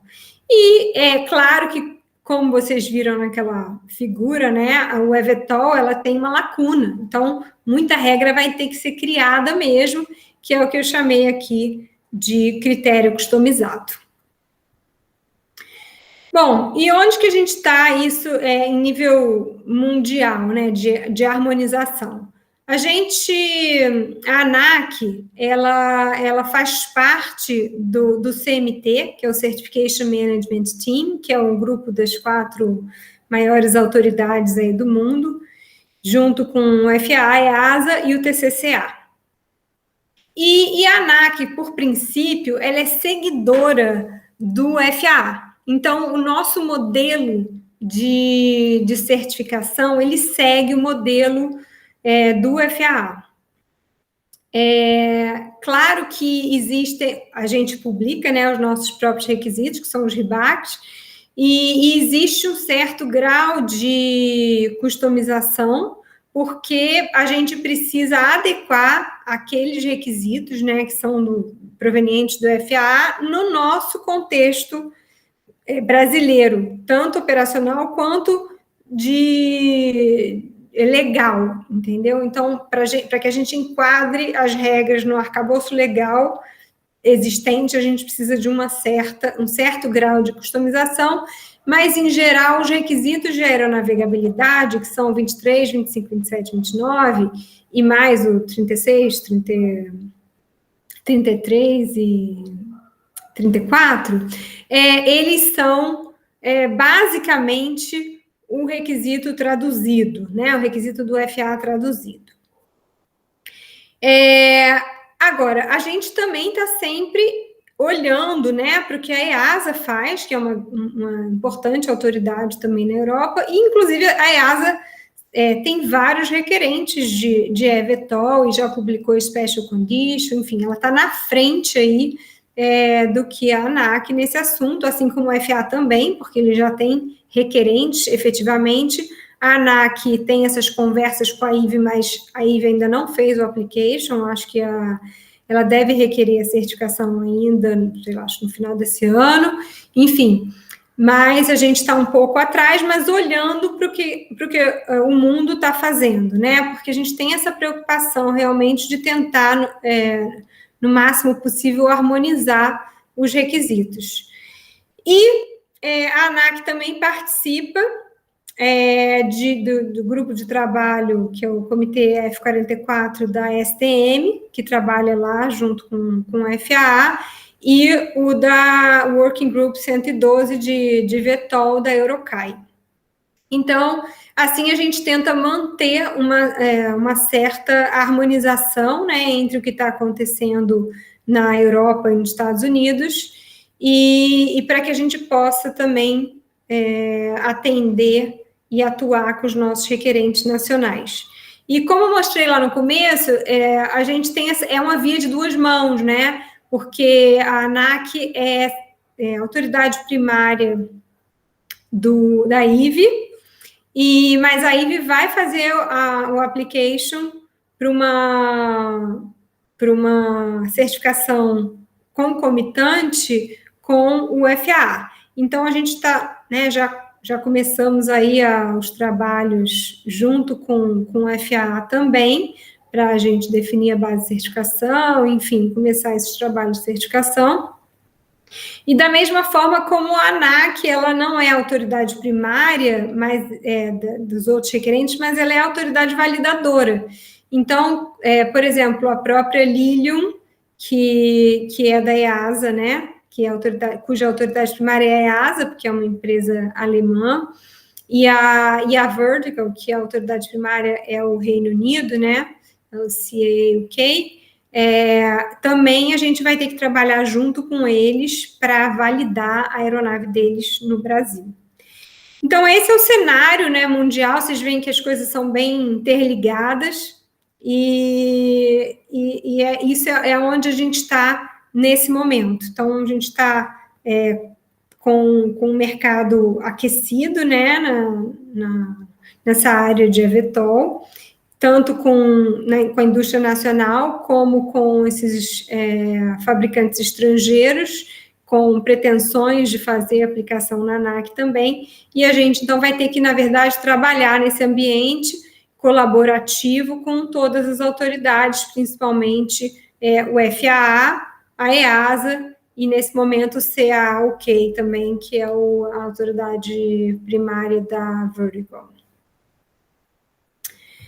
Então, era isso que eu tinha para compartilhar com vocês e abro aí para perguntas.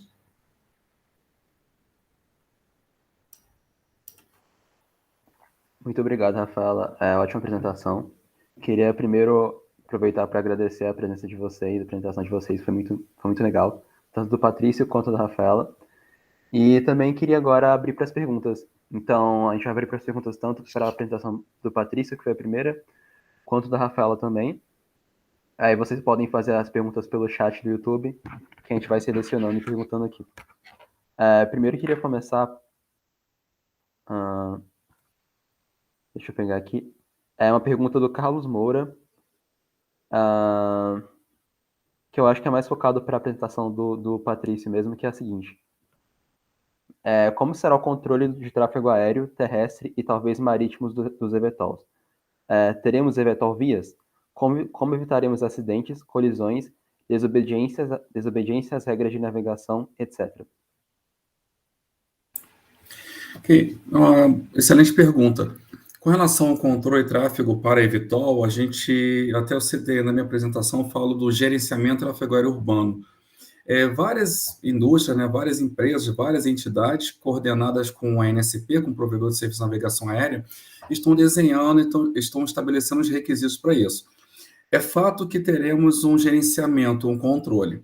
A questão de verificar se estão cumprindo ou não as regras da mesma forma que acontece hoje no nosso ATM, no nosso dia a dia. Por exemplo, a aeronave ela tem que cumprir os níveis mínimos no aerovia, no corredor, todos os mandates lá.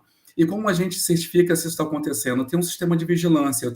Então, eu vejo se a aeronave está mantendo o eixo do aerovia, eu vejo se a aeronave está mantendo a altitude do corredor, e o sistema detecta, e aí a gente detecta e toma as providências. É claro que o órgão de tráfego aéreo não tem poder de polícia, né? Não tem poder de polícia, mas nós temos a possibilidade de, detectando a situação fora, nós chamamos non-conformance, a gente tomar as medidas que nos cabem. E, eventualmente, isso vai seguir para que um piloto ou o operador não seja mais habilitado a voar, seja cassada a certificação ou a licença, o que for.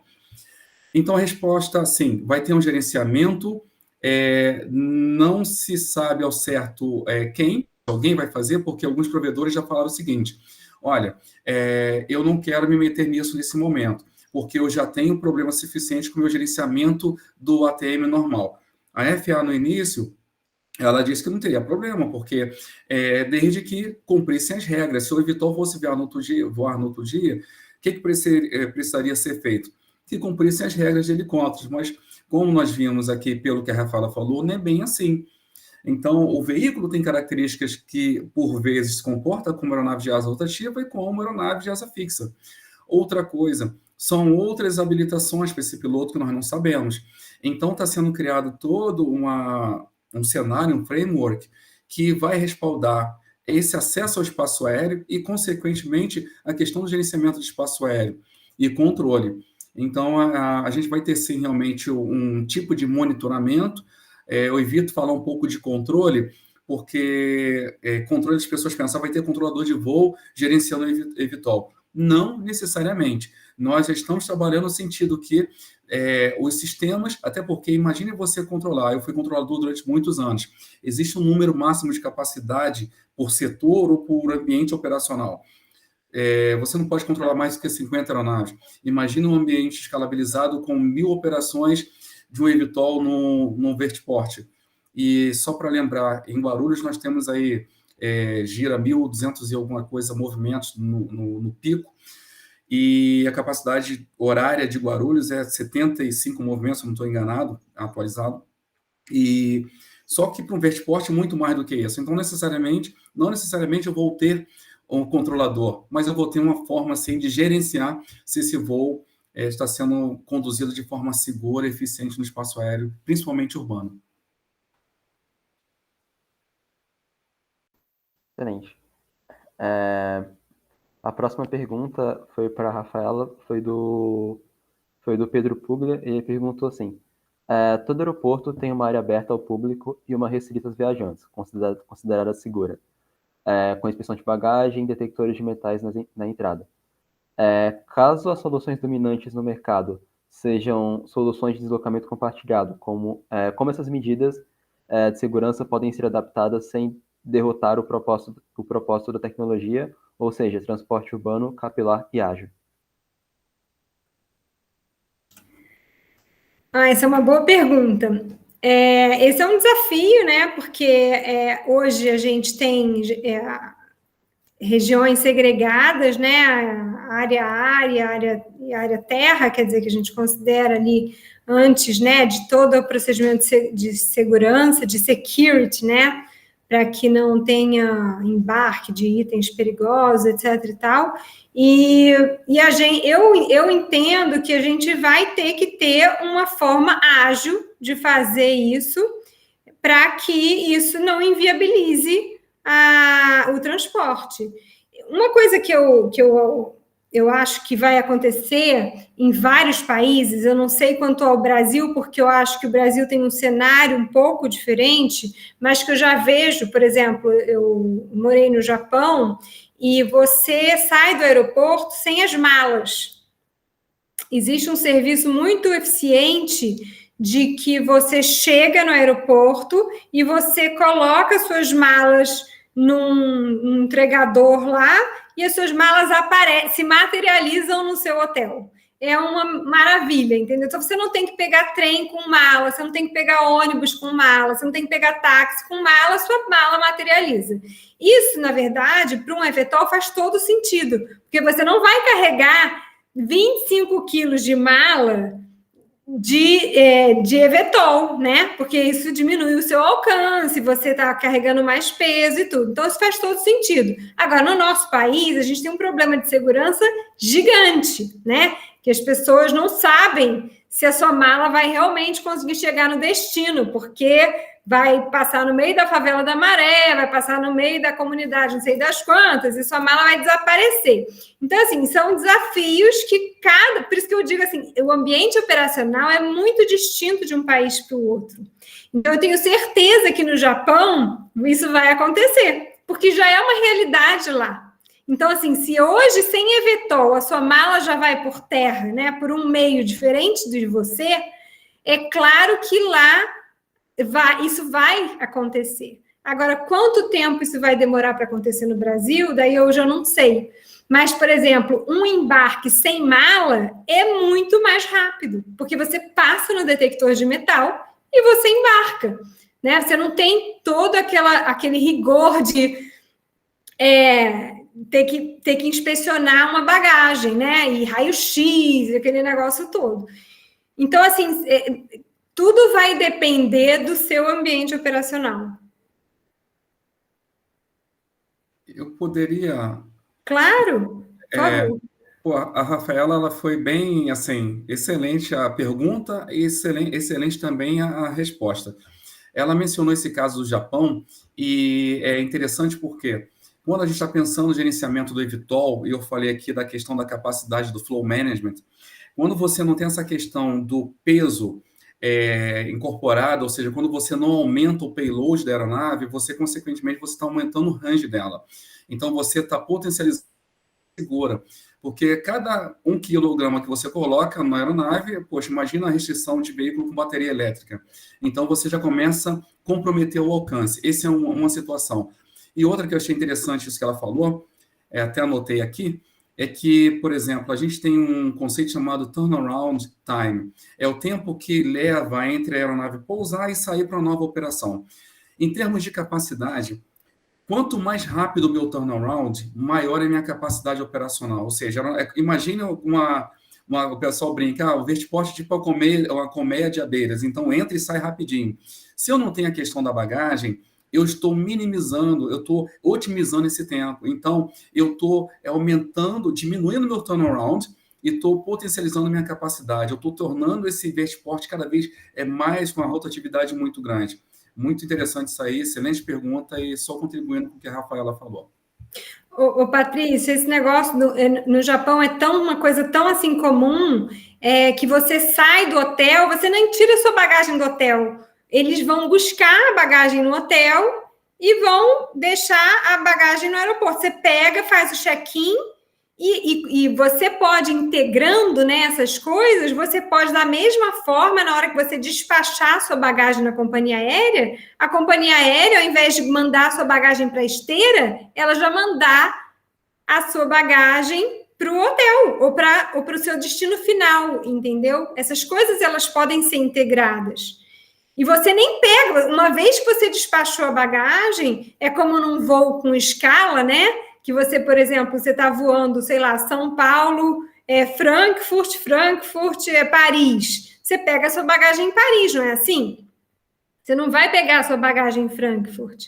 Então, da mesma forma, você pode pegar a sua bagagem no seu destino final, pode ser a sua casa, né? Porque você já contratou o serviço de bagagem. E isso te dá uma mobilidade e uma velocidade muito maior. Excelente. E você sabe que isso vai fazer toda a diferença nessa questão do voo que a gente está trabalhando lá da Barra para o Galeão. Imagine que num voo de 4 passageiros, eu e a Rafaela estejamos carregando malas pesadas para um voo internacional. Então, ninguém mais entra no eVTOL, só nós dois e nossas malas. Exatamente. Então, isso é muito ruim para o operador. Então, se tiver um serviço como esse, eu consigo sempre otimizar o meu máximo de passageiros ali, 4 a 5 passageiros, né? E a mala vai para esse serviço. Eu não comprometo a segurança da aeronave, não comprometo a autonomia e eu tenho um ganho operacional, eu, operador de frota, no caso, colocar 4 passageiros sempre, ao invés de levar as malas no lugar dos passageiros. Exatamente. Interessantíssimo. Também o Wallace Silva, durante a apresentação do Patrício, perguntou como pretendem lidar com os diferentes desempenhos aeronáuticos, visto os diversos possíveis fabricantes. Exemplo, artigos da NASA citam diferenças de velocidade, separação entre asas rotativas e fixas. Também uma excelente pergunta, né? Não tem como fugir disso. Assim como no ATM, quando, por exemplo, hoje, aqui, eu estou falando de São José, mas estou com a cabeça em São Paulo, que só estou morando aqui há 2 semanas. Mas no ambiente do ATM, você tem vários tipos de aeronaves diferentes. Você tem asa rotativa, asa fixa, você tem o Boeing 737-800, você tem o MAX, você tem o Airbus. Só que, quando você estabelece alguns requisitos, e aí o espaço aéreo ele é feito de forma que você tenha a chamada equidade. Ou seja, eu não faço espaço aéreo só para Boeing operar, só para o Airbus operar. Então, são vários tipos de fabricantes. Porém, os requisitos do espaço aéreo, eles têm que garantir o maior número de acesso, o maior número de usuários de forma segura. É claro que eu estabeleço também alguns critérios. Eu não posso simplesmente falar que a separação entre 2 Boeing vai ser 5 milhas e a separação entre um Boeing e um Airbus vai ser 7 milhas. Eu posso até ter, dependendo da esteira de turbulência, que é um fator que a gente conta no tráfego aéreo, e além da separação normal, definida pela regra internacional, eu levo em consideração vários tipos de veículos. Da mesma forma, aqui em Guarulhos, quando tem aproximação do Airbus 380, o controle de tráfego aéreo tem que estar preparado a fazer um sequenciamento compatível, porque tem a regra de quem está seguindo essa aeronave e tem a regra de quem está indo na frente dessa aeronave. Então é o seguinte, eu tenho o Airbus 380, que é o chamado Super Heavy, e eu posso ter um 37800 de categoria média, e uma aeronave bem leve. Então, eu não excluo do espaço aéreo. Na verdade, a gente organiza baseado em regras e requisitos que cada um tem que atentar para poder evoluir ali. Da mesma forma, eVTOL. Então, por exemplo, eu não posso... Hoje, se eu quisesse colocar... nós temos rotas para asa fixa e asa rotativa. Tem no Rio, tem em São Paulo, em vários locais do mundo. A regra diz, hoje aqui, por exemplo, o helicóptero ele pode voar num corredor que é dedicado para asa fixa, mas a recíproca não é verdadeira, pelas características. Então, você não vai ver uma aeronave de asa fixa numa ré, que é uma rota especial de helicóptero. Primeiro, pelas dimensões, que são menores do que uma rota especial de avião. E segundo, pelos requisitos. O tempo de resposta de um helicóptero é diferente de uma asa fixa. O espaço aéreo ocupado por um helicóptero é diferente de uma asa fixa. Você manda o helicóptero fazer espera para ingressar num gate, ele para ali praticamente, faz um hover simples. Agora, quando você precisa que a aeronave com 150 nós, que é bem lento, faça um holding, ele já tem espaço aéreo ocupado bem maior. E olha com uma velocidade pequena. Imagina uma velocidade maior. Então, tudo isso é levado em consideração, sim, para que todos possam voar. Aí, no caso, vai ser o eVTOL, pode ser híbrido, tal. A gente tem que fazer um espaço aéreo que seja, vamos dizer assim, tem um termo, né? Em inglês equitable, né?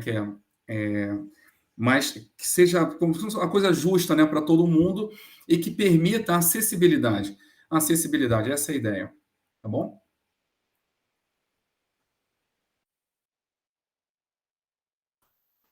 Perfeito. Também foi perguntado pelo Emerson Ribeiro para a Rafaela. Eu gostaria de saber se existe alguma empresa nos moldes da Skyports ou alguma cidade brasileira que já apresentou interesse em homologar um vertiport junto à ANAC. Seguindo o gancho do detector de metais, como seria essa opção, por exemplo, no vertiport no prédio comercial, por exemplo? Eu não sei te dizer, mais o pessoal da área de infraestrutura, mas eu acredito que não, ainda não tem um pedido de certificação de um vertiporto, mas eu acho que a gente já fez alguns estudos e tudo de vertiportos, e essa parte do detetor, né, de metais, raio-x e tudo, quer dizer, para você embarcar com a bagagem, ele vai ter que ser uma coisa semelhante. É claro que quando você tem um grande aeroporto, com muitas pessoas embarcando ao mesmo tempo, você tem uma infraestrutura muito grande. Mesmo hoje, quando você vai para aeroportos menores, né, aeroportos executivos, por exemplo, onde você tem um serviço mais assim de luxo e com menos pessoas, né? Táxi aéreo, etc., tem também um controle, né? Também é passado lá no raio-x e tudo, mas o número de pessoas é menor, então acaba que aquela velocidade, poucos equipamentos são suficientes para passar, embarcar 1, 2 a 4 pessoas ali rapidamente. Então, ele vai ter que existir de alguma forma, e é claro que vai ser facilitado ou não com a presença da bagagem. Daí vai ser uma coisa que vai ser cada lugar e cada cultura e tudo vai ter que aceitar ou não isso, né? Porque eu acho que hoje eu vejo na população brasileira, vamos ver se isso é diferente, mas eu vejo um pouco mais de resistência de você se separar da bagagem pela incerteza de que a sua bagagem vai chegar no destino final sem que haja um roubo de carga, uma coisa desse tipo. Né? Então, países em desenvolvimento, onde tem um número maior de bagagens roubadas e tudo, vão sofrer maior resistência desse tipo de coisa, né? Desse tipo de operação. E aí vai ter que passar no raio-x, não tem jeito. Posso também falar um pouquinho mais, só em relação à questão do Versport, né? Eu tenho acompanhado isso desde o começo aqui no Brasil, e, na verdade, tem um processo chamado que é a localização de Versport, porque isso é um trabalho muito mais do que construir em si um Versport, porque imagine você achar dentro de um cenário urbano um local ideal para você construir um Versport com o menor impacto possível para a população. Imagine, por exemplo, você, vou colocar um Versport que vai demandar uma estrutura, uma matriz energética aqui absurda, do lado do hospital público, por exemplo, do lado de uma escola, do lado da universidade, como nós vimos lá no Rio de Janeiro, no Fundão. Então, existe uma prospecção para você identificar potenciais locais. Não é uma tarefa fácil, isso é um trabalho que a ANAC faz, e potenciais, tem empresas realmente procurando, mas não tem, até o meu entendimento, nada ainda formalizado, até porque esse trabalho de prospecção, ele continua, porque ninguém vai querer construir um Versport no local que não haja uma demanda para aquilo ali. Ou seja, aí na mobilidade aérea urbana, um amigo falou assim, porque a gente não começa fazendo isso em um lugar mais afastado? Eu falei, tá bom, então não é mobilidade aérea urbana. Mobilidade é exatamente a gente quer resolver um problema da grande cidade, que é você criar uma mobilidade, diminuir engarrafamento e você conectar modais. Então, para conectar um modal, você realmente tem que achar um ponto ideal para você fazer e construir um Versport.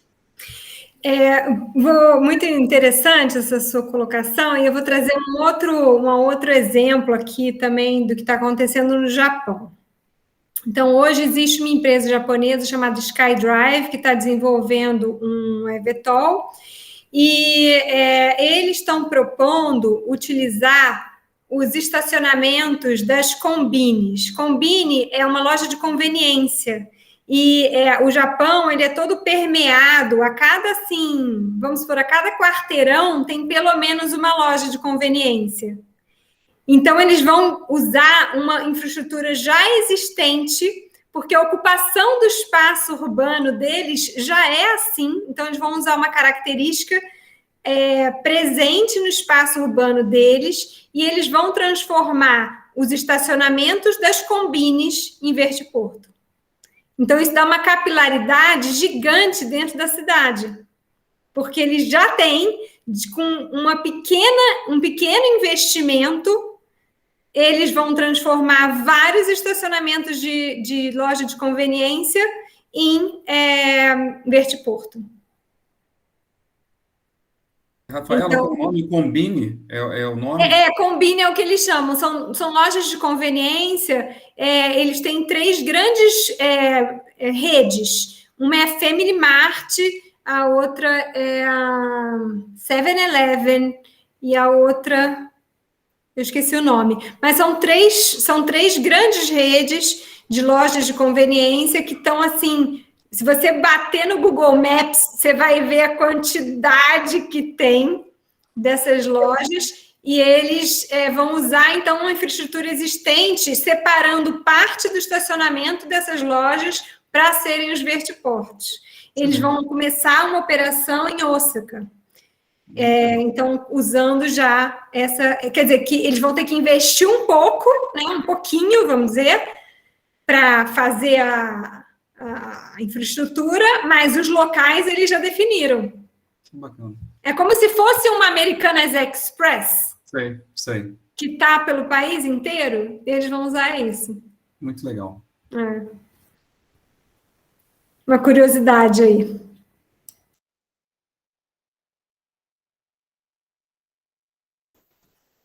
Então a gente tem um probleminha aqui agora que energia aqui no alojamento, então a gente está vendo se a live continuou ou se a live caiu aqui. A gente pede só uns minutinhos para a gente ver aqui se tá tudo aqui.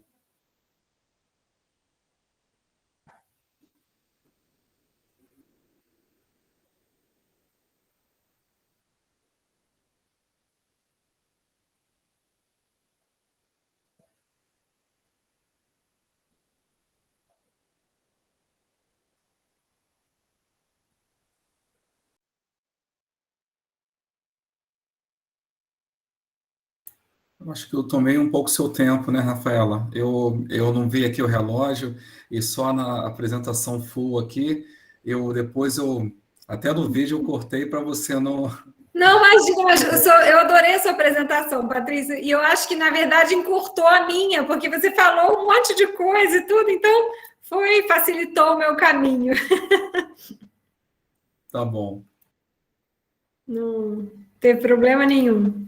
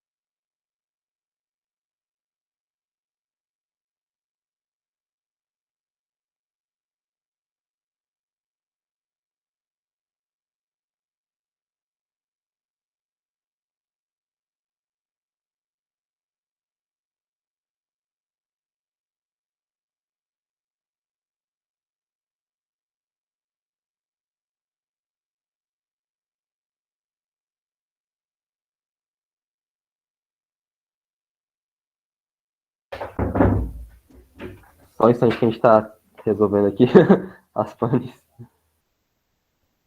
A gente vai começar a usar o 4G para continuar a live.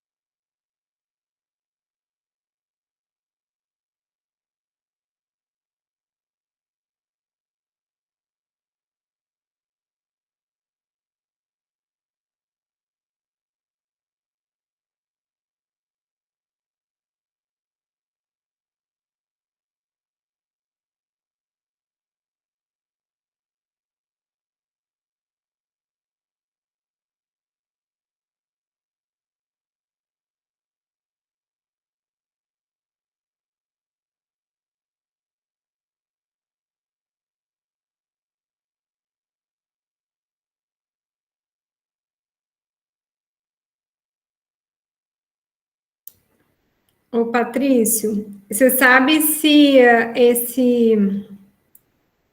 essa parte da operação que eles vão fazer agora dos testes da IVE vai ser com mala ou sem mala? Ou eles vão fazer misto? Eu vou ser bem sincero, né?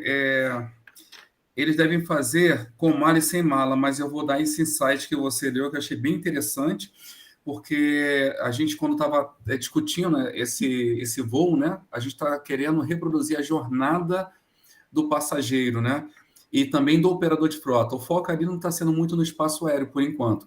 Então, o foco lá é o seguinte, é reproduzir a questão de como o operador de frota ele planeja o voo, como a pessoa vai lá, faz o book, né, e tal, e aí eles vão, sim, de repente, considerar o tempo que o passageiro leva para embarcar, no tempo que o operador de frota informa que o passageiro está embarcado, essas coisas. Então, essa questão da bagagem eu achei bem interessante, porque a gente pode pensar num cenário alternativo, ou seja, tá, com bagagem, sem bagagem. Por quê?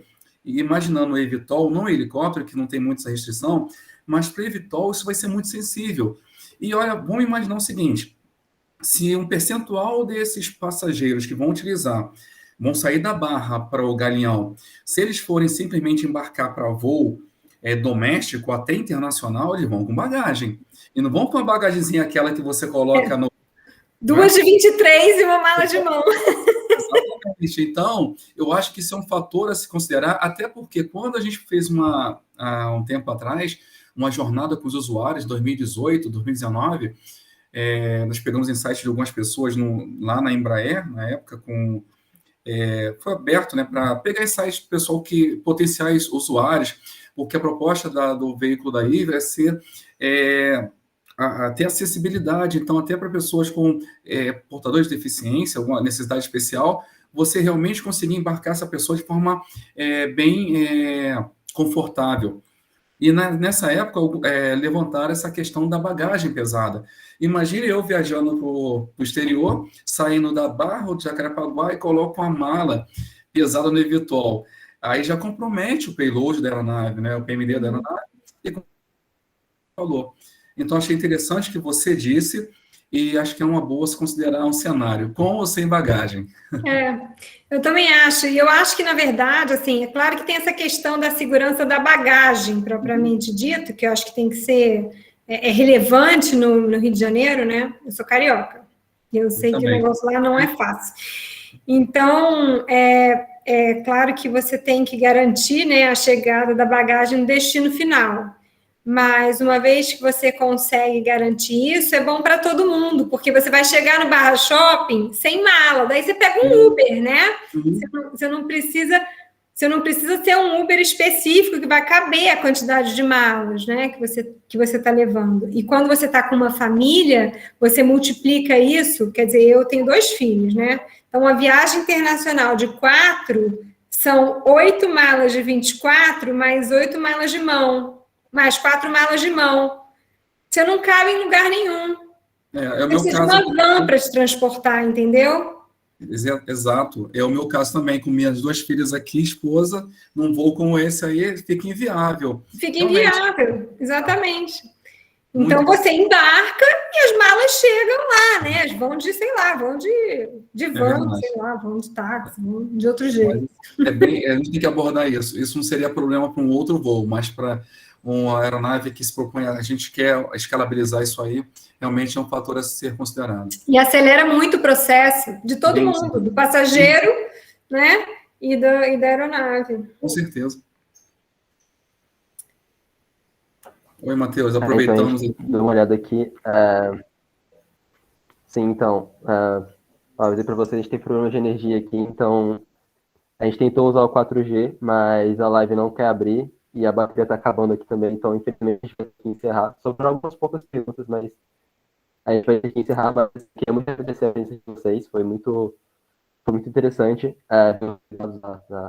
na apresentação tanto da Rafaela quanto do Patrícia. E ver as perguntas também foi bem legal, assim, a parte das perguntas no final eu fiquei muito interessado, assim, pelo assunto.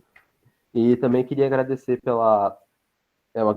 como está sendo gravado também, o pessoal vai ver depois, então queria agradecer a todos da iniciativa que trabalharam no evento, a Itaex também pelo apoio e patrocínio, e a UITA por ter nos juntado e propiciado tantas oportunidades. E como esse é o último dia, queria agradecer também a presença de todo mundo que pode contribuir, tanto palestrantes quanto convidados, e que, enfim, a gente espera se encontrar novamente no que vem com novas palestras também. Rafaela? Bom, obrigado a vocês aí pela oportunidade, obrigado, Patrícia, também pela apresentação, foi muito boa, e eu tenho certeza que a gente se encontra aí nesse mundo pequeno que é a aviação. Boa sorte aí para vocês, estudantes, espero que tenha contribuído de alguma maneira, e se tiver alguma dúvida, pode me mandar depois por e-mail, tudo eu respondo, tá bom? Obrigada. Da mesma forma, eu agradeço o convite, tá? Poxa, o Rafael desde o início, você também, Matheus, aí, né, por esse trabalho aí, na condução dessa apresentação. Também agradeço a Rafaela, foi muito boa, a apresentação complementou bastante aqui, e realmente é um trabalho que envolve academia, indústria, no caso a ANAC, a NSP, todo mundo. É um trabalho que é chamado várias hélices aí, né, nesse ambiente da mobilidade aérea urbana. Obrigado, pessoal, pelas perguntas também, foram bem pertinentes, pela organização. E, Rafaela, depois a gente realmente se encontra aí, com certeza, nesses projetos aí. Foi um prazer, tá? Muito bom, pessoal. Muito obrigado. Prazer foi meu. Tchau. Muito obrigado. pessoal. Tchau, Obrigada. obrigado.